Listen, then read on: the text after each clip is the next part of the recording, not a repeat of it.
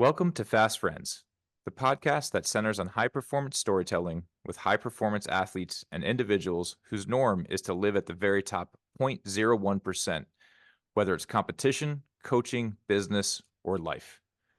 We dive into their stories, how they got there, the journey, and life on the other side. I'm your host, Dan Walsh, and I'm joined by my co host, Justin Faber. Justin and I were rowing teammates in college and later on the U.S. national team. Though we went on separate journeys, since then we've come together to bring these stories to life and share perspectives with our audience as well as our guests. If you're just joining us, we had an amazing conversation in episode 1 with Luke Walton, where we spoke about his journey from picking up an oar to becoming a highly successful rower. Coming up on episode 2, you'll hear part 2 of the story, where Luke will take us through the continuation of that journey and how it all evolved. Welcome back from the break. So where we left off, and we'll just jump right back into it. So Luke, we talked about your exit from Princeton, at least from the larger national team setting to kind of regroup, hit a pause, to come back and kind of again get the mindset shift back in order. We're coming up on the Athens Games. If you want to pick it up from there of okay, I left the Princeton boathouse. I left the system in Princeton to go ground myself, but I still have a goal that I've been working on for literally, as we mentioned, all the way back to your high school and then your Cal, and then obviously your time on the national team system of I want to be an Olympian, right? And so yeah, take us from there, man. Yeah. So packing up whatever I can fit in a Jeep Cherokee, getting ready to leave. And that was kind of a hard thing to do. I was leaving the house. Kate Johnson, Portia Johnson, now McGee, Luke McGee, Eric Winters, and Dan Walsh became our super special guest that was living with us when he came back. And Leafski, that's right. And so I packed what I could. And thank you, because I got a bed after that. I moved from the couch to a bed. So I was actually just about to say I left behind a bed and left behind a room, which Dan inherited. And so that was tough. I mean, that part was kind of difficult to walk away from. The team itself, the people I lived with, the people that I was in the trenches with every single day, that was the hardest part of leaving.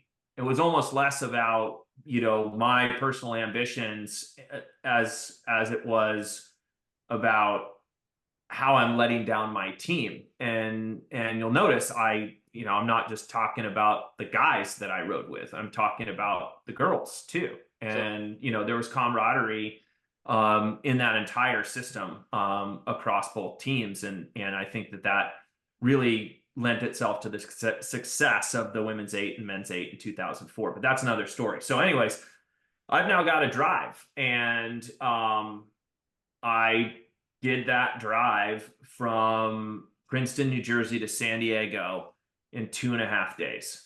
And I just drove and drove and drove and drove. And, this is the early advent of cell phones, but, it's not 2007 iPhone time. So, it's a lot of CDs. It's a lot of burnt CDs, with a computer that was infected by LimeWire. I mean, it was, that was the era we were living in. And so I was left alone with my thoughts across the entire country and, trying to make peace with it, trying to figure out what's next, not really having, any idea. And then my phone rang. And Artur Samsonov had called, and he and I had been in the Coxed 4 the summer before in 2002. And we had broken that Coxed 4 down into pairs a few times. And Artur and I had rowed really well together. So Artur, Nick Terpisian, and Sam Brooks were all in the Boston area, and they were rowing pairs. And it was Nick who was looking for a pair partner and choosing between Sam and Artur. And Nick chose Sam. And they became a pair. And Artur did not have a pair partner. Word got to him that I'd left Princeton. He called and said, hey, we rode a decent pair. why don't you come row the pair with me in Boston and we'll take it to trials. And I was like, man, I need a little bit of time here. Like this is pretty raw. And so, kind of back pocketed that, didn't really think about it that much. Got home, was in San Diego for 3, maybe 4 days, packed the Jeep up again. I drove to Boston. So you And cross the country twice in a week, essentially. in like a week and a half, like 10 days, maybe something like that. Yeah. Open road trucker Luke Walton is what we should Just call yeah. And four of those days were in the car driving cross country. Ways. Okay. Yeah, seeing 0 sites. I stopped nowhere. Like, I mean, this is the days of, you guys remember computer printouts. Like I'm driving, like flipping MapQuest and trying to figure out, the best route to take. Nobody's telling me what to do, right? 100%. Like I've got to divert my eyes from the road so I can see what's going on over here while I'm turning up the volume on a burnt CD. So empty, hoping for a gas station. Like I don't know where the next gas station is. So make it to Boston, crash. Joe Gorey, who was one of our coxswains at Cal, was living near Fenway, close enough to Fenway that you knew what happened before the television showed you what happened. So you'd literally be sitting in his apartment and you'd hear the home run before you see the home run, which was really cool. And he let me crash initially there. Artur had just graduated from Harvard. Harry was nice enough to let us row out of the boathouse. And we were taking a pair out against Nick and Sam and just racing them. That was the initial thing. That's just what we did. And no sort of structure to it, no coaching, no anything. We just knew, okay, well, we all want to go to pair trials and we'll see if we can win pair trials, right? We'll go to an NSR, we'll go to pair trials, we'll see if we can do that. So and this is the spring of 2003. Yeah, just to pause you for a second there. So Harry Parker, another legendary collegiate rowing coach, head coach of Harvard for those in the audience, forever. He's not coaching you guys. He's literally just the keys to the door to let you guys in. Okay. Yep. And so you're self-coaching at this point. Okay. Good. That's again great context for the audience to understand. You're literally training for an Olympic trial, self-taught, self-coach. Okay. And so we're rowing along, maybe a week into this. Just kind of rowing by the boathouse, and Charlie Butt, who is now the head coach of the heavies, was the lightweight coach at the time. He was bringing his crews back in, and he kind of putters around and he U-turns with his launch and just lines up behind Artur and myself and just starts following us. And he just doesn't say a word, just kind of following us. And then we're getting ready to come back into the boathouse. We come back to the boathouse. We get to the dock. Charlie, he gets out of his boat and he walks over and kind of starts talking to us. And what are you guys trying to do? And, we told him, hey, we're going to go to the NSR, then we're going to go to trials and this and that. And he said, do you have any coaching? And we said, no. And he said, do you want some? And we said, yes. And that was it. I mean, it was incredible. And at that time, Charlie was already coaching the lightweight double. And so we had training partners in them as well. So we had 2 pairs in the lightweight double to start. And then we went to the NSR, we went to trials. Artur and I qualified. We went to, we qualified for 2003 to go to Milan. We finished well enough to qualify the U.S. to have the right to send a pair to the Olympics, but it wasn't guaranteed that it was us. And so I think that's important too for the audience, especially if they're young rowers or people that just don't know enough about the sport. In the U.S., so the previous year of the Olympics, so let's take Paris is this year, 2024. Last year's World Championships, boats will qualify automatic spots for the Olympics. And what I always felt is interesting from experiencing that is they're you're racing countries where if they qualify the boat, they are the boat. So you will watch a team come in 10th and cheer their faces off because in that moment that 10th place qualified them for the Olympics. Whereas in our system, the boats qualified, not necessarily the people. So you kind of have this like emotional terminus where you're like, cool, I'm Gotta do good it again. enough. I'm Yeah. good enough. I'm good enough by the rules to be an Olympian right now.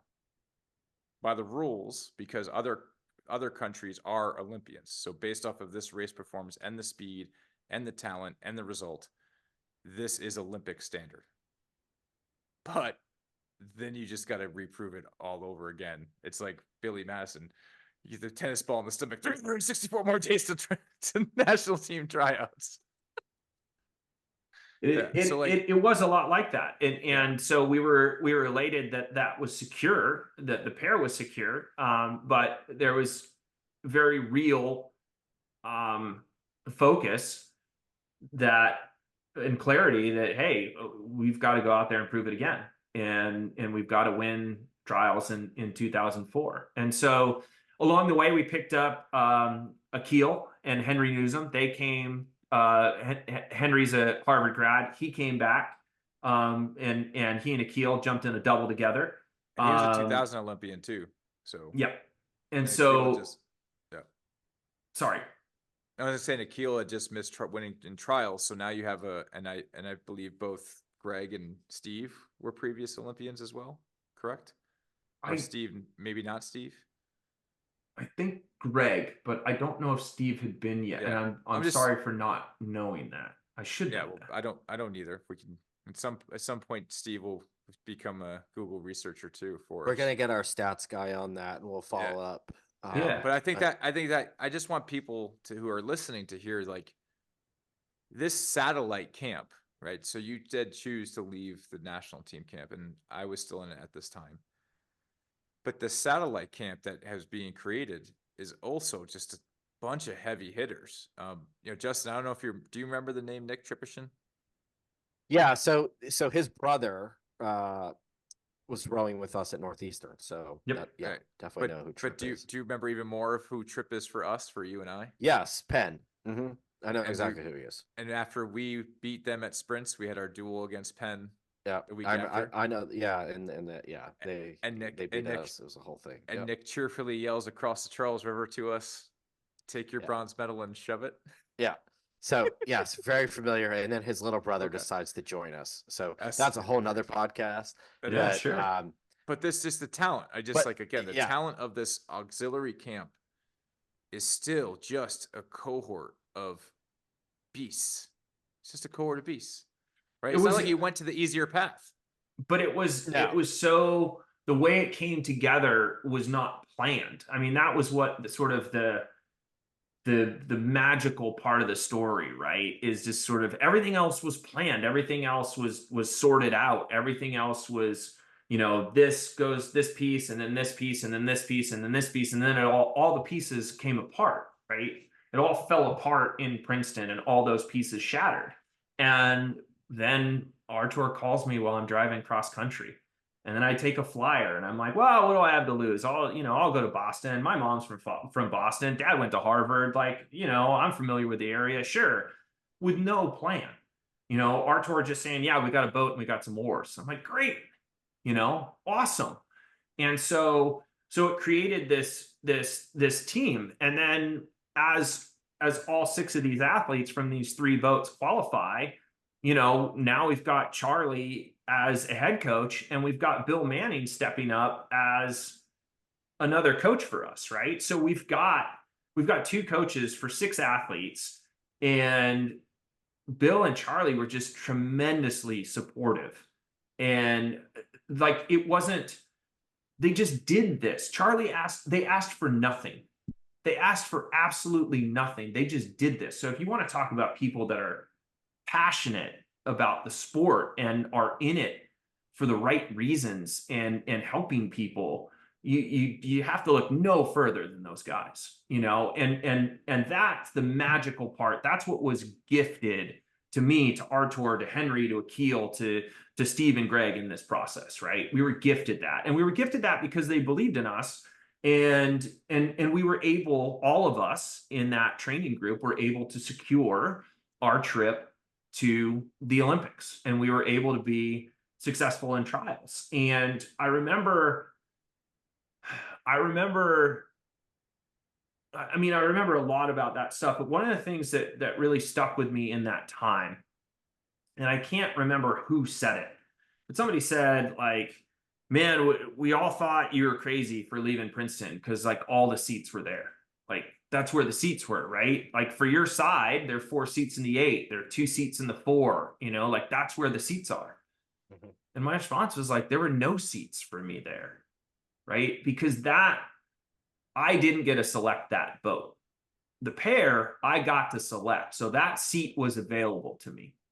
Like, I got to decide that I was good enough for that seat. And so that was a moment of,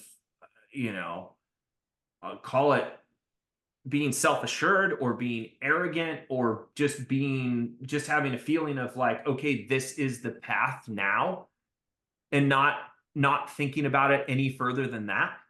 Just sort of like, oh, it's not over. Cool. I'm training in Cambridge now. This is what I do. And I'm training in the pair. I'm going to go in the pair now. The dream is no longer the 8. The dream is no longer the 4. It's the pair. And I very quickly made that mental switch. It was not a problem for me, because the reality was the Princeton Training Center and where I fit in within that dynamic, there were no seats available to me. There were none. And Dan, you and I have talked about this, and you look at the final lineup of the 8, you tell me who doesn't sit in that boat.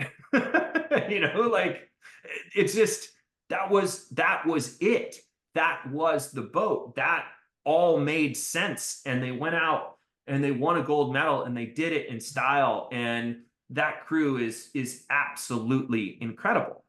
And so making the 8 was no longer a dream, or was no longer the focus, I should say. It was, okay, that's not the avenue anymore, but I'm going to the Olympics. This is the avenue. And so that became the pursuit. And that really was the mentality for all the guys who were there. For the lightweight double, for the heavy double, it was like, okay, the original avenue is not the avenue anymore. This is the avenue. And I think there was a real bond around that. And we used to race. We got back to that competitiveness. We staggered the boats based on speed, and the doubles used to chase us down, and Artur and I used to work so hard to stay ahead. And we got back into what really worked for me in college, was just, getting the mileage in, doing the great technical work, but just being competitive, racing, getting better at racing, getting better at competing. And so it was a really, that time was a lot of highs, in terms of the feeling of that work and the purpose of it and the group that we were doing it with. Yeah. It's an amazing story, man. That's awesome.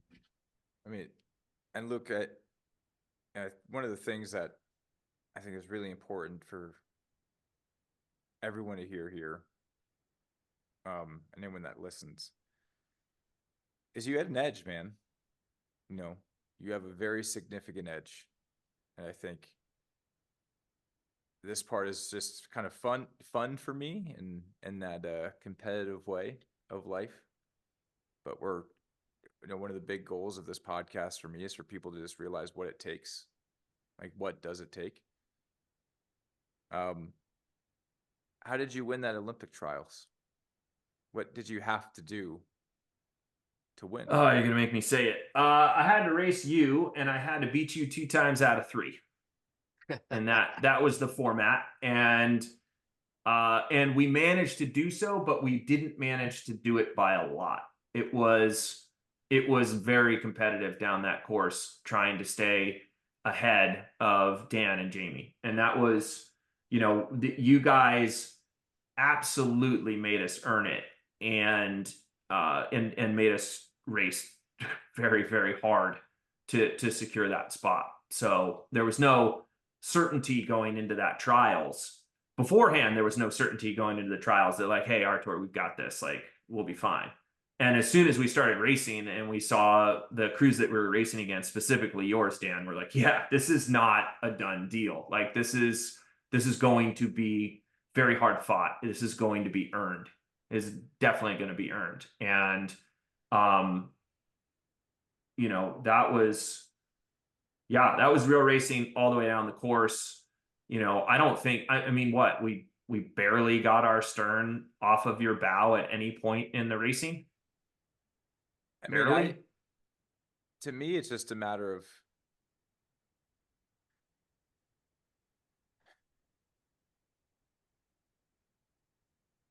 there was nothing getting in the way, not even one of your closest friends. Right. And I don't say that for sympathy. I don't say that because I feel, you know, we went into that with the same idea that it was it was ours to win and we are gonna have to earn it. And you guys had all this time together. So you had, you know, Steve had mentioned this recently about this. When you are in the trench with somebody long enough, you have a shared language, and it just, I think when building a team, that shared language just becomes an efficiency of knowledge. You know, you just have it just takes so much less emotional and mental effort to communicate what needs to be done. And knowing that you and Artur had so many strokes together, it was just, we knew that to try and get ahead of you was going to be just difficult.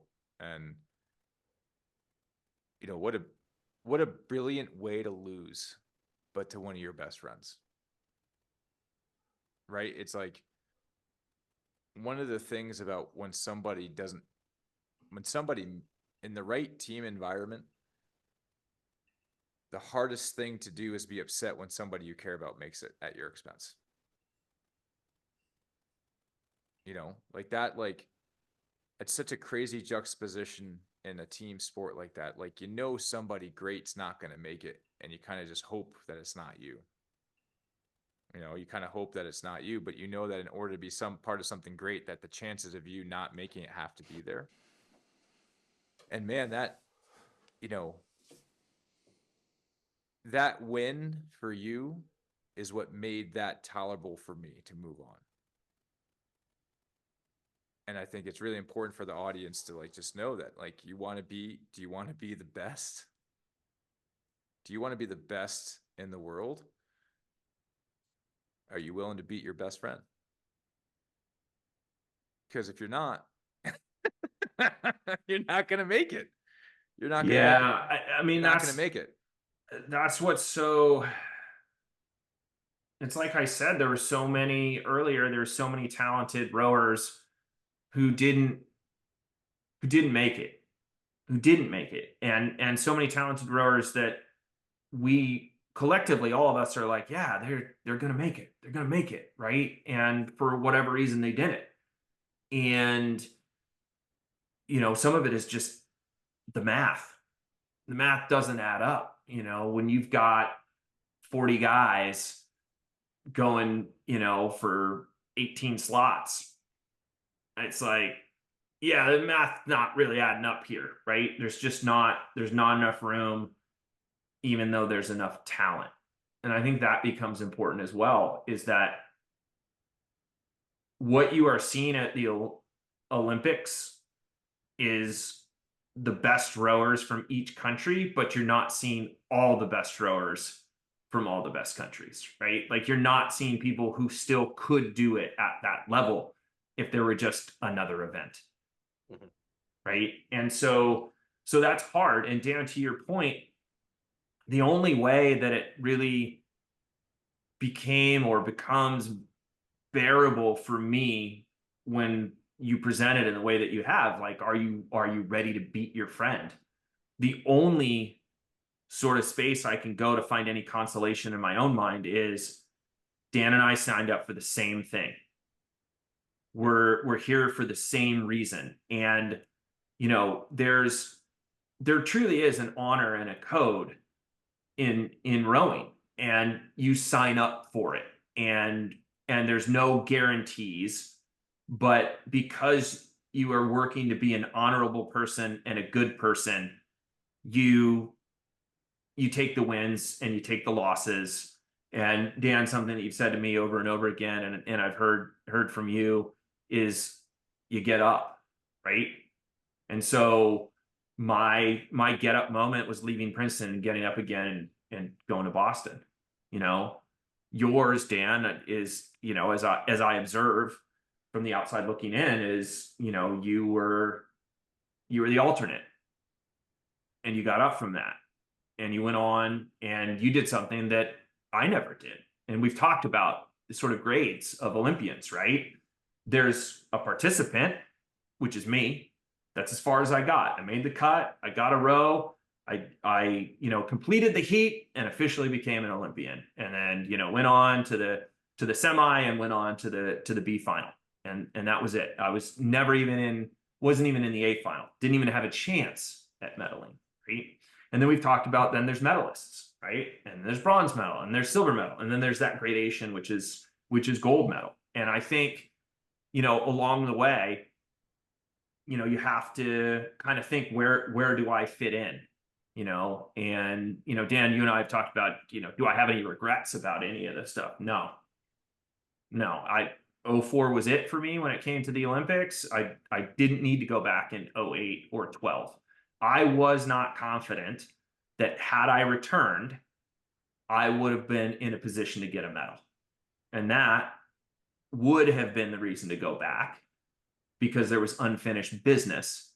But I think I kind of found myself coming off the back of 2004 without full confidence that I could go back and get a medal. And as everybody here on this panel knows, if you enter a situation like that without full confidence, right? No, you're unreasonable thinking that you deserve a medal or a gold medal, then you're not for it. So when I first started the journey, it was gold medal. I want to go to the Olympics. I want to get a gold medal.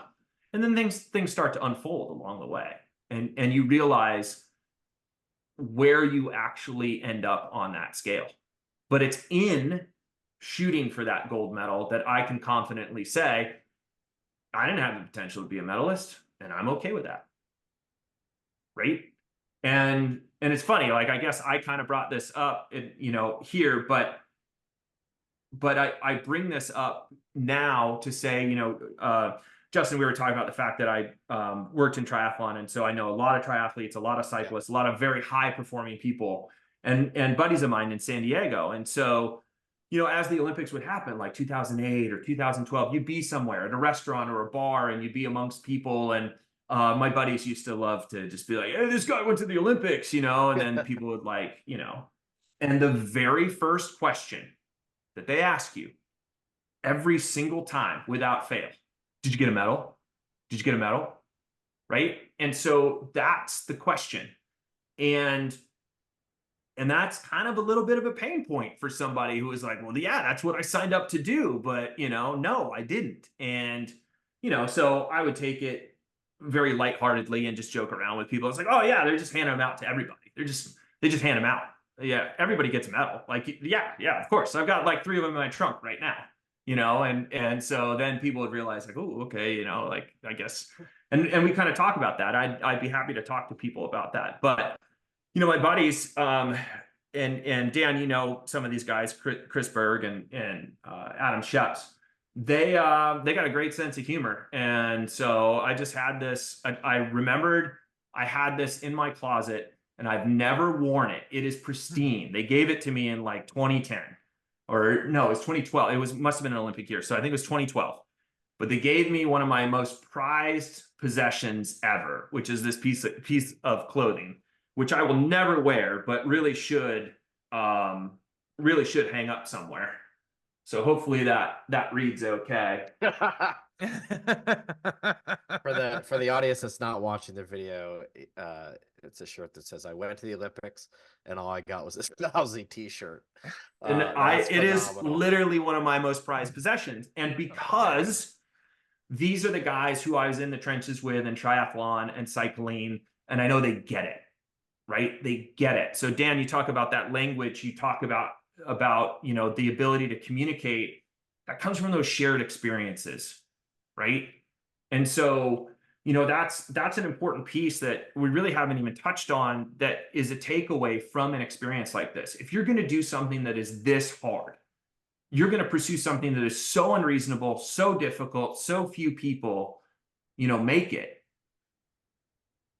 The bonds that are created with the people that are doing that alongside you are bonds that are beyond anything that you can really sort of encapsulate or describe or, communicate to people who haven't experienced it.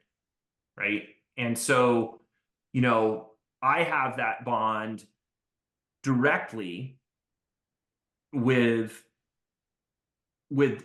Dan, right? I have that bond directly with Dan, right? Because of that shared time. But I have that bond indirectly with people who did it at different times than I did it, right? Because they get it. They've experienced it. They get it. They know what that grind is. They know what that dedication is. They know what that sacrifice is. And it's hard to explain sometimes. It's really hard to explain how you can offer yourself up to that with no guarantees, right? Yeah, it happens every 4 years on an arbitrary date. Think about how arbitrary it is. A different country every 4 years. We'll pick this month, these couple of dates, and that's when you need to be ready to go. And if it works out for you within that 4-year period, great. And if it doesn't, well, you could choose to do it again, right? And that's wild. Later. It's 4 years later, right? It's really wild what it is. Like, looking back, it's very wild to see what it is that we signed up for, right? But it marked me profoundly. The endless miles, the hard days, the grind, the living out of suitcases, sleeping on people's couches, just sort of living this lifestyle where it was like every day I get up and this is what I do. This is my purpose. This is what I do, and this is my purpose. And the undoing of that, I think, is wild. Absolutely wild. To come off of a situation like that and to no longer do it. And a good friend of ours, Dan, our friend Rebecca, she pulled me aside, like, maybe I was done rowing in 2006, and it was like maybe 2007 or 2008. She's like, you have more to offer the world than just like your athletic ability, right? And like, it didn't register at first. I had no idea what she was talking about because I was done rowing, but I wanted to work towards being a professional triathlete. So I just thrown myself into a new arena doing the same thing. And she was like, you can offer things other than your athlete. And I was like, that doesn't compute. Like, I wasn't in a space to receive it, hadn't processed it. I don't know what it was, but it just seemed like the most ridiculous thing. And now I look back on it and I was like, man, I hope I have more to offer this world than my ability in a boat, right? But it just goes to show how tied your identity becomes to the thing. But it has to. When you're rowing 2 times a day, 3 times a day, when the whole purpose is to prepare for this arbitrary event every 4 years, it's the only thing. It is the thing, the only thing. It is all consuming. And so it's a wild decoupling from the sport once you exit from that high level piece.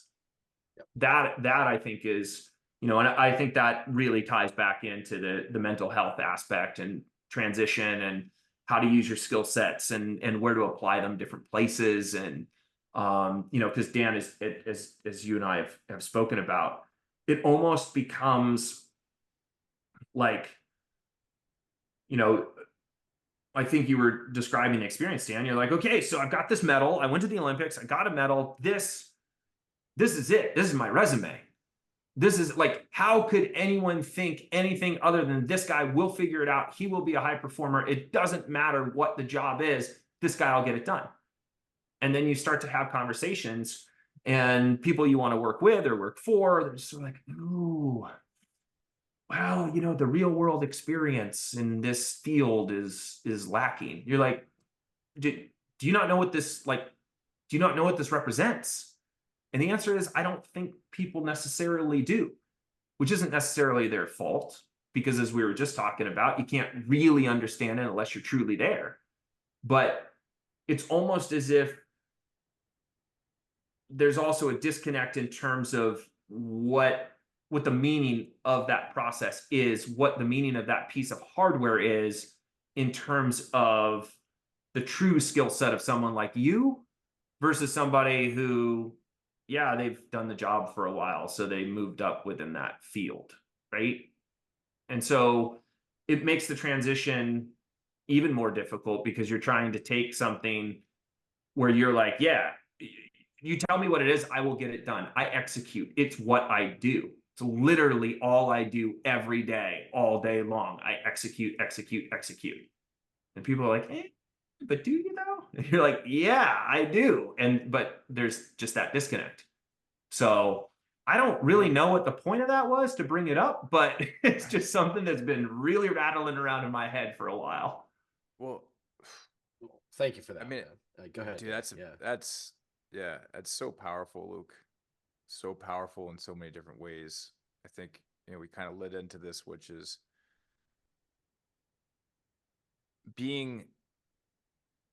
it's actually a great way to kind of tie into, a lot of like what you are doing now.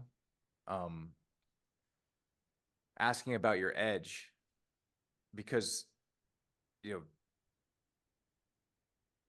even, Steve and I were in that boat in 08 together, and Justin, that like, even amongst your teammates, right, you get cut by each other's edge. And I actually said this to Fransden when he and I were kind of done, and like talking about 2016. We were both going to coaching. He had made the 2012 team. I had not. He was for the Canadian team. Did not perform as well as he wanted, and both systems were at the point where they are now. They no medals in Tokyo, so really hard to come from when the systems were at their best, winning. And most of what you feel is just frustration for the athletes that are in that system, right? Because you want to leave a legacy, you want to leave something. So, but you can't play at the tip of the spear expecting not to get some cuts, and some of those come at the hands of the people you care about, and you hand them out to the people that you care about too. And I think what is crazy about that to me, when you talk about coming into, and let's call it what it is, the fantasy world, right? The real world is the world that we were in. Like, that was real. That was evolutionary, not, true Darwinism, the survival of not the fittest, but the most adaptable. Because the situation is dynamic every single day. What seems like it's monotonous to maybe the outside, we're like, well, all you do is just row 3 times a day and you get fit. Like, how fast do you have to think from moment to moment, from the time, like I remembered like the only time I ever felt true peace in the day was that third shower, right? That third shower of the day where you're just like, I just have to eat and go to sleep, and I can have a little bit of reprieve. But as soon as I leave this shower, it's who's like, the competition mentally does not end. It doesn't end. And so I think that when you come out of that, and I think it's a lot of the reasons why pretty much Olympians only look up to special forces. And from what I've heard and talked to some of my friends who are special forces, Olympians are the only ones that they really look up to. And it's because the mentality is called high speed. It's just a high speed mentality. Like, you're in it constantly. I mean, Steve, like, think about I can't wait to hear you come in a little bit, Steve, and talk about what you're working with now. But to me, what you are describing is what I felt and feel is, I just have to slow down for everybody else. And not like, it's not arrogant. It's like, there's so many intelligent people. There's so many strong, like, but when you go into this fantasy world where it's about figuring out how not to be special, and yet they decide, talk about how they, well, we just want talented people. We want driven people. We want people with grit. And you have all these studies now out there that say like the most successful people are the ones that just have grit. It's the one personality trait that determines success. And you literally have you can call it the Mettle, but like, just to your point, like going to the Olympics and all you have is that lousy t-shirt. You had to be so high speed. Even a Division I oarsman or oarswoman has to be so high speed. And yeah, it's really difficult to slow it down. It's really difficult to slow it down because everyone sees that you don't have what it takes.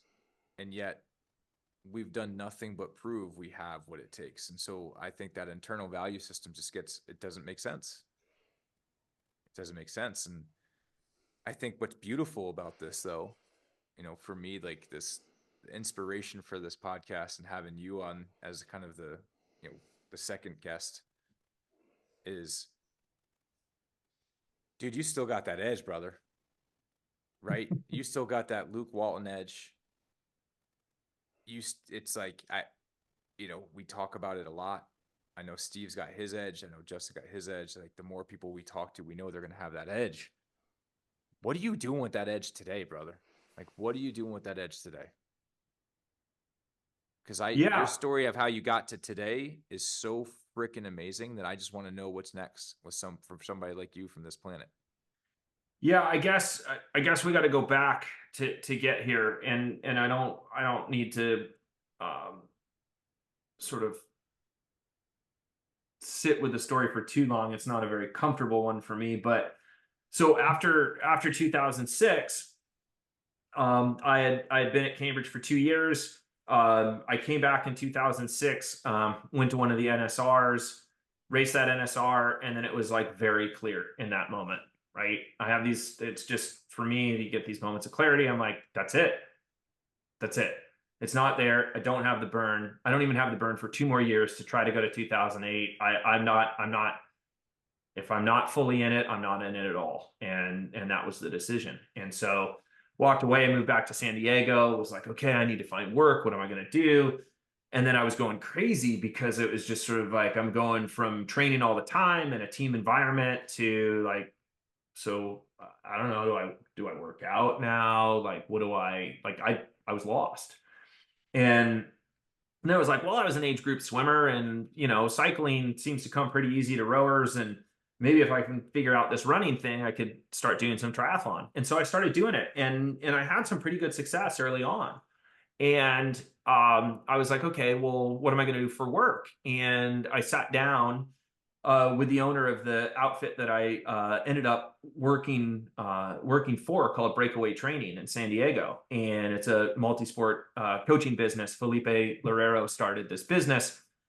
He's from Brazil, came to the United States. He's got a fascinating story. His story is awesome. I mean, he came to the United States with his bike and $400 in his pocket. Like, that's it. That's what he did. And then he came here and built a whole business and has a giant following. And he's an incredible story. And a very good friend. And he and I were talking training philosophy and talking this and talking that. And he said, well, why don't you just start coaching athletes with me? I was like, okay. So I was like, okay, so this is a way to supplement, bring in some income while I'm trying to figure out how to move my way up through the ranks in triathlon. Okay, it's moving along. Fast forward, February 23rd, 2008, on a training ride, get tangled up, get run over by a bunch of bikes. One of the bikes hits me in the rib cage. The impact is such that it lacerates my kidney in 5 different places. And I'm suffering from massive internal bleeding. I go to the hospital. It's a whole 5-day ordeal. They're trying to figure out how to stop the bleeding, how to correct it, how to do this, how to do that. And so I'm 28 years old. I'm in like peak fitness. And I get to the other side of that. And I only recently found this out. I was talking to my parents. I was like, man, it's a good thing that corrective surgery did work on the kidney, and et cetera, et cetera. They're like, the second one. And I was like, what? They're like, yeah, the first one they didn't work, and then they needed another like day and a half to figure out what to do, and then they did the second one. I don't have any recollection of those 2 days. They don't exist. Like that's how that's where I was, So I get to the other side of that. I'm just lying there in a hospital room. I'm looking up at the ceiling, and it's like, wow, okay. So I just went from, peak fitness for me to I'm just okay. I'm alive. I'm here. And the result of that was 90 to 120 days of no fitness. The docs were worried that I would re-rupture some of the issues with the kidney. And so I have like 5 little arterial stents that are in there, titanium stents and coils that are blocking that blood flow. The kidney itself, not to get too technical, it's basically shriveled up like a raisin. It doesn't work anymore. So I got one kidney, and I'm like, okay, but I'm on the other side of this and I'm alive. And at first I was literally forced to only focus on my athletes, right? Because the reason I say forced is not because I love the athletes. I loved working with the athletes, but I don't like feeling cornered or forced. It wasn't my decision, right? It was taken from me. Initially, that was taken from me. I was told, oh, well, I don't know if you're ever going to compete in triathlon again, and we've got to run all these tests, and you can't do anything for at least 90 to 120 days. Like my identity is just gone. It's over. It's just taken from me, right? And so I was really resentful. But then I do what I've always done, and I just dove into the work. And I started to realize, like, wow, this like working for other people and helping them in their athletic journey, wherever it is, this is incredible stuff. I was like, maybe I am cut out for this coaching thing, not just as something that, I'm doing to help myself in my own aims in triathlon, but like to focus on them. And so it was at that time that I really made peace. In 2008, I made peace with my elite level athletic career. First, because I was forced to, but then eventually in my heart of hearts, it was like, okay, like, buddy, you're alive. You're here. You're not gone. So yeah, make some sacrifices. And so those were sacrifices at first. And fast forward, eventually, yeah, I'm back to it. I'm running and riding bikes and doing this and doing that. And I got about 4 good hours in me before I can't do it anymore because I can't keep up with hydration because I'm down to kidney. But who really, at 45 years old, who wants to work out for more than 4 hours? So I'm good. So the focus really became the athletes, and so it was in triathlon to start, and that was my focus there. And I worked with people who were brand new to triathlon all the way up to elite level runners. And I was at the marathon trials, with Wayne's World. Like, I'm a coach. I'm supposed to be back here at these LA marathon trials right now. Like I'm supposed to be here, be like, what, I'm coaching an athlete at the Olympic marathon trials. Okay, cool.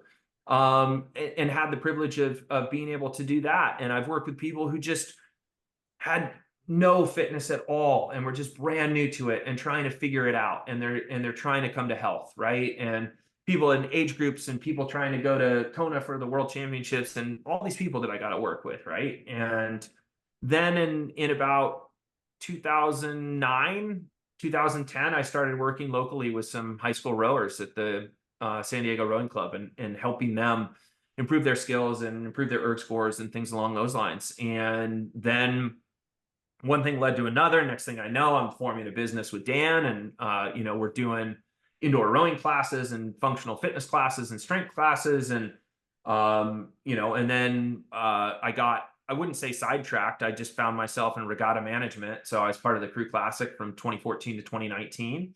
And then in 2019, it was time to leave the Crew Classic, and I formalized Rower Academy and just work with high school students who are on the front side of this whole experience, like where we started, right? In the same way that my brother was like, hey, you should come try rowing. Like that's what I'm working with right now. I'm working with young people who are on the front side of all the opportunities that we spoke about that exist here.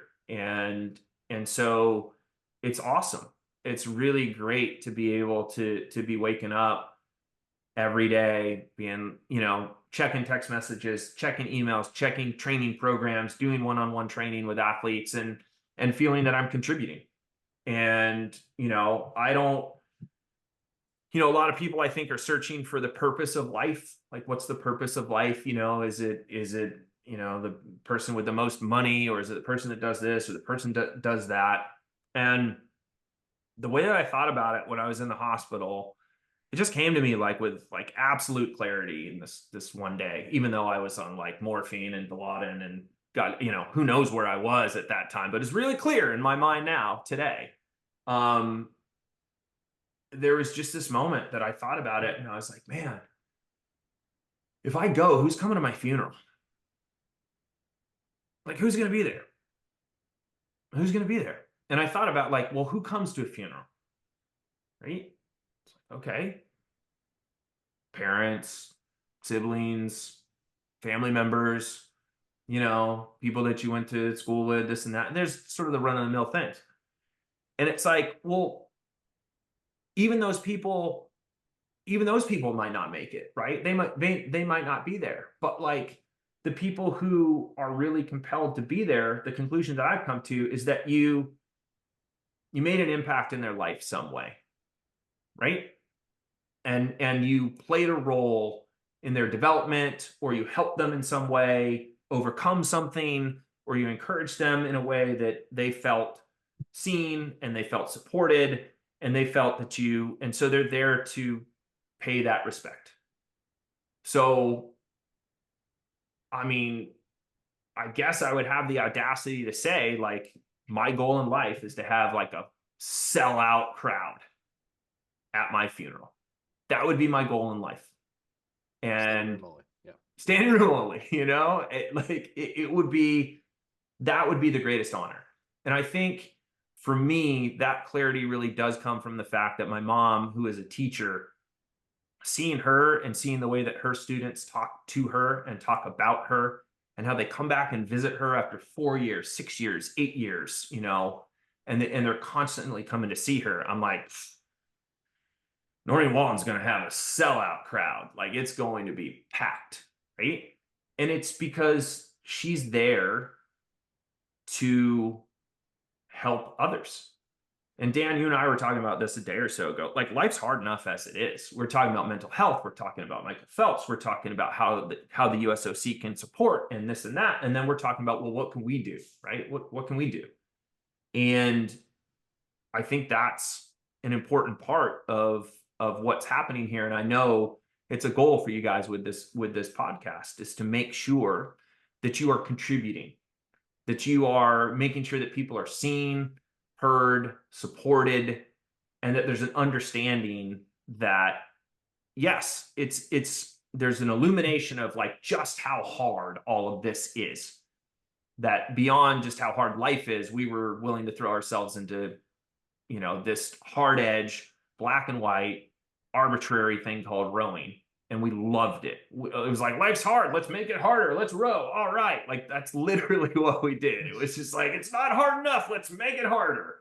But life as it is, it's a hard enterprise. And so I think it's about contributing to one another. And so if this, format is helpful for up and coming rowers, and it contributes to their journey and their understanding, if this resonates with people who aren't even rowers, that are going through something and know that, it really is, Dan, as you pointed out, it's grit, it's perseverance. Like, those are the things. That's what it is, right? Dan, what is it you say all the time about if you want to go to the Olympics?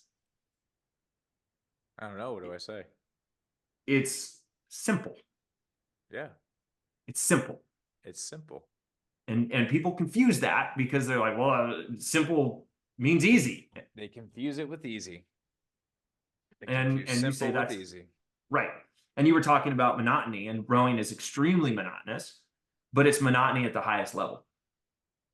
It's trying to do the exact same thing at the highest level possible over and over and over again, right?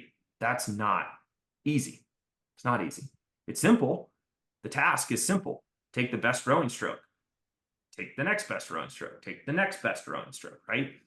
But that's not easy. So we collectively on this panel, we're people who went after the hard.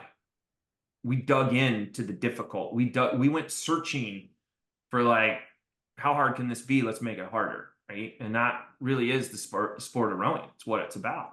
But I think we learned a lot through that process. And I think that I hope that in the work that I do, that puts me in a unique position to help people who are learning how to work hard, who are learning how to embrace the struggle, who are learning how to handle setbacks, who are learning how to get up, who are learning how to fail. I want young people failing all the time, not because I'm like some sadist. I'm like, oh yeah, let's see them fail. But I want them to understand it's not terminal. I want them to work so hard and just be like, oh gosh, that was a failure. But then to recognize that the only true failure is just giving up, stopping, right? What if Dan had decided, yeah, okay, cool, alternate. And that was handed to me, I'm done. And he hadn't made his decision, that's not enough. That's not it. I'm going back. And he goes back in 08. And at the time, in 04, I had done more than Dan had done. But by 08, I couldn't do what Dan did. Right? It's like those simple lessons that are so important. Because we get so lost looking at other people or looking at situations or feeling like now is the only time. And, you know, that sort of work is the work that I think I'm really doing. Because I work with high school athletes. I'm working to help them improve their skill set. I'm working to help them improve their ERG scores. I'm working to help them sort of navigate high school rowing to position them to be college rowers, right? I'm working to do that. But in order to do so, I really feel it's really much more about the mental and emotional componentry that goes into this process and the fortitude that needs to be created. Because I'll take any rower anywhere. If I'm running a business, Dan, and I got rowers coming to me that are medalists, I'm like, yeah, what do you want to do? Right? Not, do I think you can do this? It's, well, yeah, what function do you want to serve? What kind of work do you want to do? Right? Yeah. And so, and that's a bias, right? I'm very biased. If I had my way, everyone would row in high school. Everyone would row in high school for at least a year, so they figure it out. And I know that serves true because I still stay in touch with guys I rowed in high school. And that was their career. They wanted a high school career. They had a high school career. They didn't take it to college. They didn't go any further than that. But I got a great bond with those guys, and they understand me and I understand them.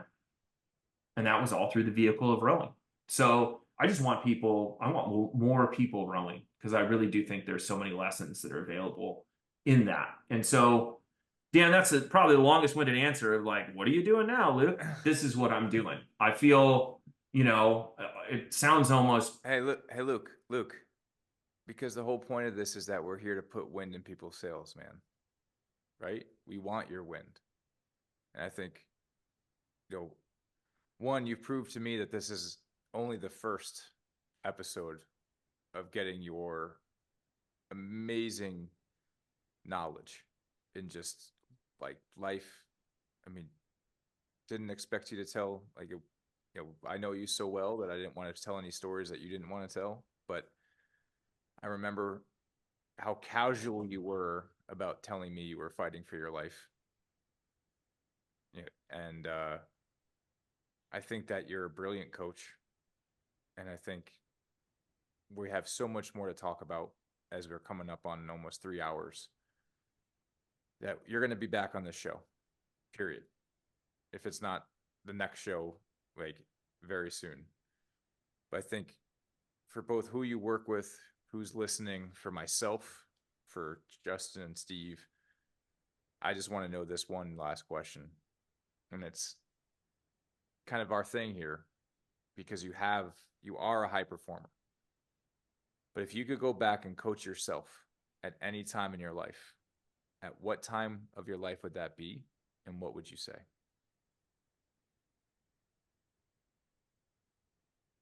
Wow. That's a fascinating question. Now there's all sorts of highlight reels running through my head of like, do I pick this one? Do I pick that one? Ooh, definitely Duke wouldn't have done it that way, you know? Um,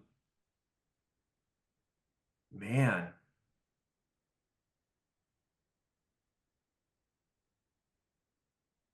the early winter into early spring of 2000 at Cal, we were seat racing. And I'd had a tough fall.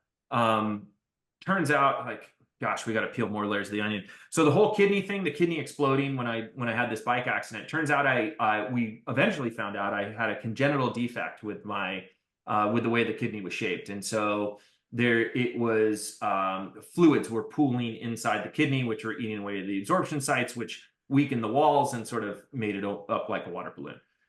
None of that had been figured out in 2000. I went through like a battery of tests in 2000 and this and that and the other thing. And I basically missed most of fall season in 1999. And so I'm trying to come back in 2000. And we're out on the water. I'm in a four, I'm stroking a four. It's not going very well. We finish some rate controlled work. Four's not going well. We finish the piece and I slap the gunnel. And I'm still embarrassed about that to this day, that I showed that emotion to, and these were stern loaded battle wagon fours, to the coxswain in front of me and the three guys behind me. I didn't even have time to consider what had happened before Gladstone revved the launch over and brought it right up to the side of the boat and was like, Luke, quit the histrionics. And I was like, I'm going to need to look that word up when I get to the dock. Like, it's Cal, but it's still state school. So, and I was like, oh, this is bad. This is bad. So we finish the pieces and we come back to the dock and, you know, kind of like get into the locker room. Everybody, you know, gets cleaned up, getting out of the showers, whatever. Like, okay, I think I'm out of this, you know, and I barely have time to grab my towel and Steve is right there. And this is in the old boathouse and it's open. And Coach Gladstone did exactly what now in this day, as I'm older, I would hope that he would do. And he just let me have it in front of the whole team. Just let me have it. And, you know, and in a, not in a mean way, not in a profanity laden way or abusive way, but just a very clear way that there was no room for that behavior in the boathouse, and just dressed me down in front of all my peers so that everybody could see it and it was very clear and the tone was set. And so, yeah, that moment, I would have held that one in. I would have stopped throwing the pity party. I would have just accepted where I was in that moment, right? And I went home that night and I was, you know, F this, F that, F coach, I don't need this, I'm going to quit. Like that was my solution, right? When you're that passionate, when you're that, you know, fired up about it, that was going to be my solution. I don't need this. I don't need this. You know, the ego just puffs up and up and up and up. And that went on for, you know, a couple hours and then I slept it off. And the next morning I woke up and I was like, you know what? Coach is right.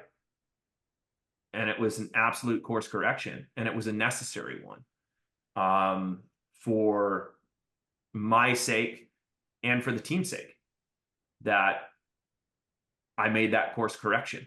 We had lost everybody, not everybody. We lost a lot of guys, right? It was 2000. Everyone was going to train for the Olympics. So we were what was left from the winning crew in 99.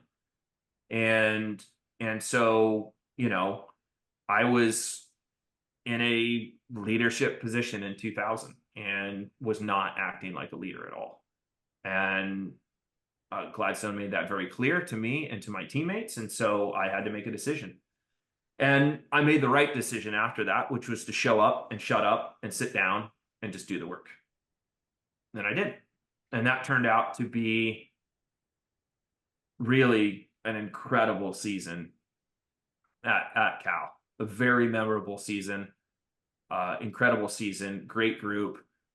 We were totally, we were the defending national champions, but we were written off. But all the guys there were like, okay, cool.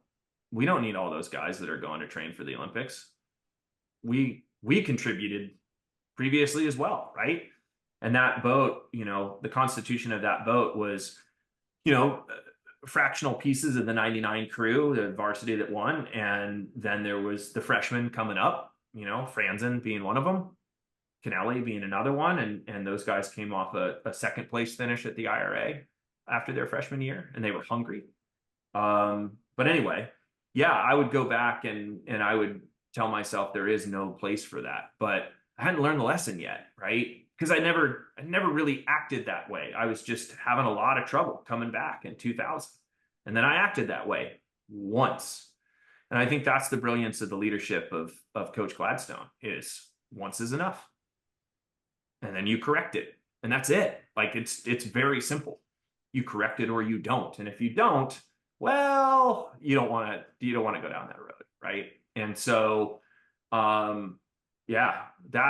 that is definitely what it is. And to this day, it's very hard to tell that story just because I cringe, because it's like a guttural feeling of how embarrassed I am to have done that in front of guys who I'm sure in their head are like, are you kidding me right now? What do you think we're out here taking it easy? Like, you think what, like you're the only one doing anything here, right? Because that's the attitude. And there's no place for that on a rowing team. There's no place for that at all. So I would go back and course correct that it's really, if you are going to give yourself over to a team, you have to give yourself over to them fully and wholly. And you can't just pick and choose when you're going to make it about yourself.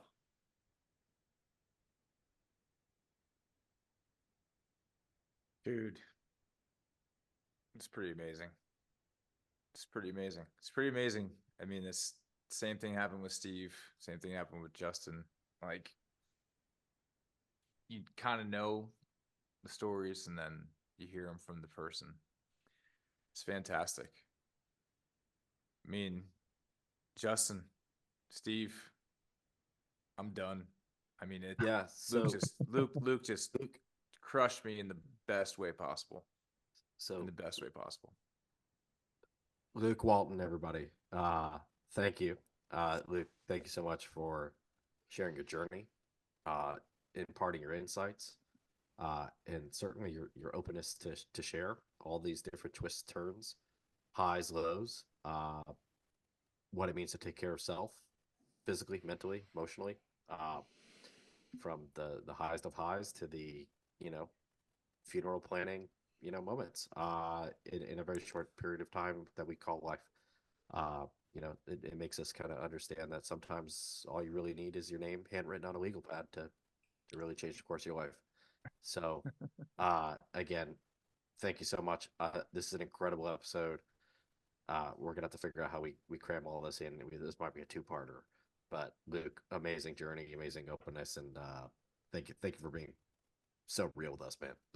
Awesome. Thank you. Yeah, thank you guys for having me. I mean, this is I love what you guys are doing. I think these conversations are awesome, and just to be, I'm very honored to even be considered as somebody who has something to share. So thank you guys for allowing me to do so. Our pleasure. That's Fast Friends. It's Luke Walton, everybody. Thank you. Yeah, from the Mettle Factory. Till next time. That's all for today's show. Fast Friends is a Mettle Factory production. All opinions expressed are our own and those of our guests. If you like our show, follow along or subscribe with us wherever you get your content and podcasts. Thanks for listening.